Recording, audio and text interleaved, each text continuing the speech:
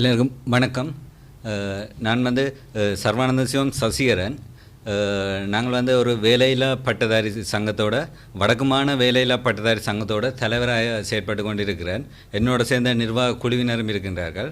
நாங்கள் இவ்வளவு காலமும் படித்து வெளியேறி பட்டம் கிடைத்து ஒவ்வொரு பட்டதாரிகளும் அவர்களுடைய அரச நியமனத்துக்காக போராடி கொண்டிருக்கின்றோம்.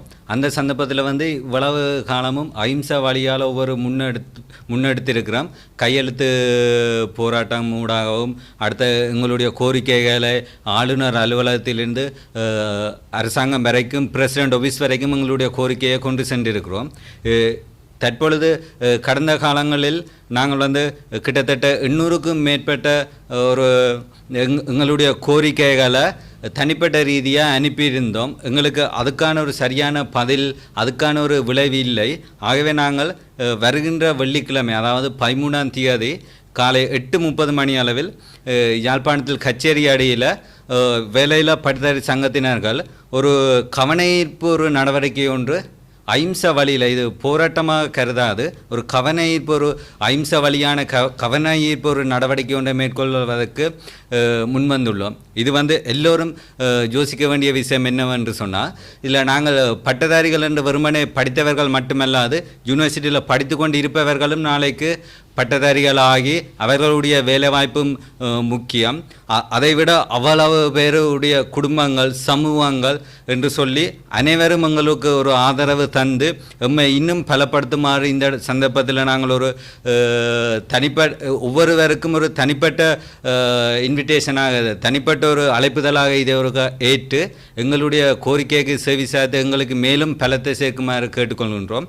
மேலும் எங்களுடைய இந்த செயற்பாடு நாங்கள் கிட்டத்தட்ட 2014ஆம் ஆண்டிலிருந்து பாஸ் அவுட் செய்து இன்னமும் வேலை கிடைக்காத பட்டதாரிகள் நிறைய பேர் இருக்கின்றார்கள். வடக்கு மாநிலத்தை பொறுத்த வரைக்கும் நிறைய பட்டதாரிகள் வேலை இல்லாமல் கிட்டத்தட்ட 3000க்கும் அதிகமான வேலையில்லா பட்டதாரிகள் இருக்கிறாங்க. 2019க்கு பிறகு எந்த ஒரு அரச நியமனமும் பெரிதளவில் வழங்கப்படாமல் இருப்பதனால் இவ்வளவு ஒரு பெரிய ஒரு பாரிய சூழ்நிலையிலையும் சமுதாயத்தில் ஒரு பின்னடைவையும் சமுதாயத்திலேயும் நிறைய பிரச்சனைகளையும் எதிர்நோக்கி கொண்டிருக்கின்றோம்.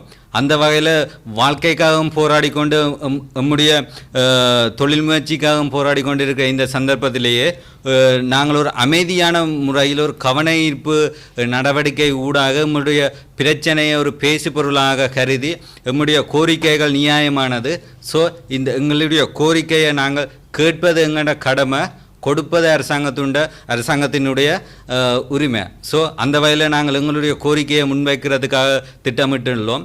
ஆகவே வருகின்ற வெள்ளிக்கிழமை காலை 8:30 மணி அளவில் யாழ்ப்பாணம் கச்சேரிக்கு முன்பாக அனைவரும் ஒன்றிணைந்து ஒத்துழைத்து எமது இந்த கவனஈர்ப்பின் நடவடிக்கைக்கு ஒவ்வொரு மீடியா சார்ந்தும், ஒவ்வொரு சமுதாயங்கள் சார்ந்தும், ஒவ்வொரு பட்டதாரிகள், பல்கலைக்கழக மாணவர்கள் சார்ந்தும் எல்லோரும் எங்களுக்காக பயணித்து ஒரு குரல் ஓங்கி ஒலிக்குமாக இருந்தால் எங்களுக்கான தீர்வு இந்த சமுதாயத்துக்கான ஒரு தீர்வாகவும், நாளைக்கு ஒவ்வொரு குடும்பத்திற்குரிய ஒரு தீர்வாகவும், ஒவ்வொரு யூனிவர்சிட்டி ஸ்டூடெண்ட்டுக்கும் உரிய தீர்வாகவும் இருக்க வேண்டும் என்பது ஒரு நல்லொரு எதிர்கால சிந்தனையோடு இந்த ஒரு நடவடிக்கையை நடாத்துவதற்கு திட்டமிட்டுள்ளோம். ஆகவே எங்களுடைய இந்த நடவடிக்கைக்கு தயவு செய்து ஒத்துழைப்பு வழங்குமாறு மிகவும் தாழ்மையுடன் கேட்டுக்கொள்கின்றோம்.